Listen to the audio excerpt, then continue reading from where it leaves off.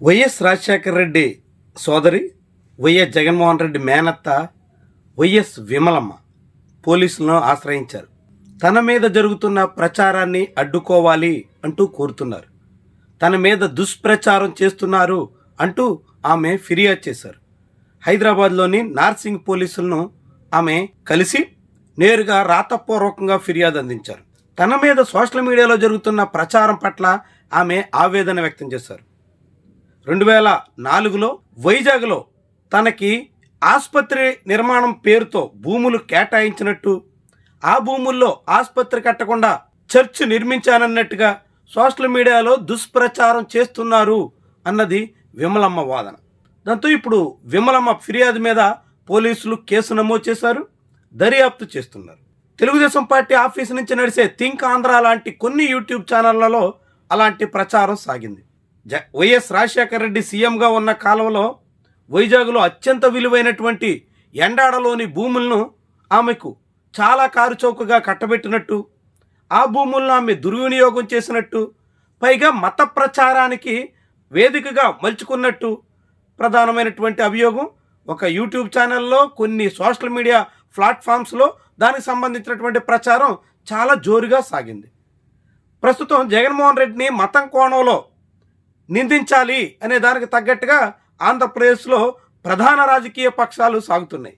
జగన్ ప్రత్యర్థులంతా జగన్ మత విశ్వాసాల మీద దాడి చేసేందుకు తగ్గట్టుగా వ్యూహ రచన చేస్తున్నారు. తిరుమల లడ్డూ చుట్టూ సాగుతున్నటువంటి వివాదాలు ఎన్ని మలుపులు తిరుగుతున్నాయో మనం అంతా చూస్తున్నాం. ఇదంతా జగన్ క్రైస్తవుడు కాబట్టి ఆయనకు వ్యతిరేకంగా సాగుతున్నటువంటి వ్యూహంలో భాగమే అనే అభిప్రాయం బలపడుతుంది. అదే సమయంలో ప్రస్తుతం విశాఖ నగరంలో రుషికొండ ఎండాడ ప్రాంతంలో విలువైనటువంటి భూముల్ని గీతం విద్యా సంస్థల పేరుతో చంద్రబాబు నాయుడు బంధువులకి కట్టబెట్టేస్తున్నారు. నారా లోకేష్ తోడలుడు, బాలకృష్ణ చిన్నలుడు, వైజాగ్ ఎంపీగా ఉన్న ముతుకుమల్లి శ్రీభరత్కి 54,000 ఎకరాల పైబడినటువంటి భూమిని ప్రభుత్వం అధికారయుతంగా అందించేస్తుంది. ఆ భూమి మార్కెట్ వాల్యూ ప్రకారంగా 5,000 కోట్ల రూపాయలు ఉంటుందనేది విపక్షాల అభ్యంతరం. ఇలా జీవీఎంసీకి సంబంధించినటువంటి విలువైన భూముల్ని కార్పొరేట్ విద్యా సంస్థలు కట్టబెట్టడం ఏంటి అనే వాదన చాలా బలంగా వినిపిస్తోంది. జీవీఎంసీ కౌన్సిల్ భేటీలో చాలా పెద్ద వివాదంగా కూడా సాగింది. అలాంటి తరుణంలో జీవీఎంసీ నేరుగా శ్రీభరత్ వైజాగ్ టీడీపీ ఎంపీకి ప్రభుత్వ భూముల్ని కారు చౌకగా కట్టబెట్టడం సరైనదే అనే రీతిలో జనం దృష్టిని మళ్లించడానికి వైఎస్ విమలమ్మ పేరుని ప్రత్యేకంగా ప్రస్తావించినట్టు చాలామంది సందేహిస్తున్నారు. వైజాగ్లో చంద్రబాబు బంధువులకి భూములు ఇవ్వడం నేరం కాదు. వైఎస్ఆర్ హయాం నుంచి జగన్మోహన్ రెడ్డి బంధువులకు కూడా భూములు కట్టబెట్టిన చరిత్ర ఉంది.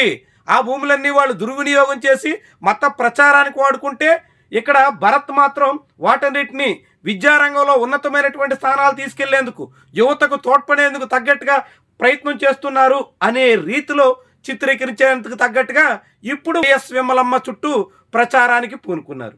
దీని మీద ఆమె చాలా సీరియస్గా స్పందించడం, నేరుగా పోలీసులను ఆశ్రయించడం, ఫిర్యాదు కూడా చేయడంతో వ్యవహారం ముదురుతున్నట్టు కనిపిస్తుంది. తనకు సంబంధం లేని విషయంలో తన పేరును జోడించి, తన ఏమాత్రం ప్రమేయం లేనటువంటి అంశంలో తనను ఇరికించి, తనను బదనాం చేయడానికి ప్రయత్నం చేస్తున్న దాని మీద వైఎస్ఆర్ సిస్టర్ విమలమ్మ ఆందోళన వ్యక్తం చేస్తున్నారు.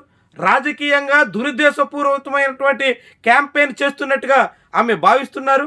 అందుకే ఫిర్యాదు చేసినట్టు కూడా వెల్లడించారు.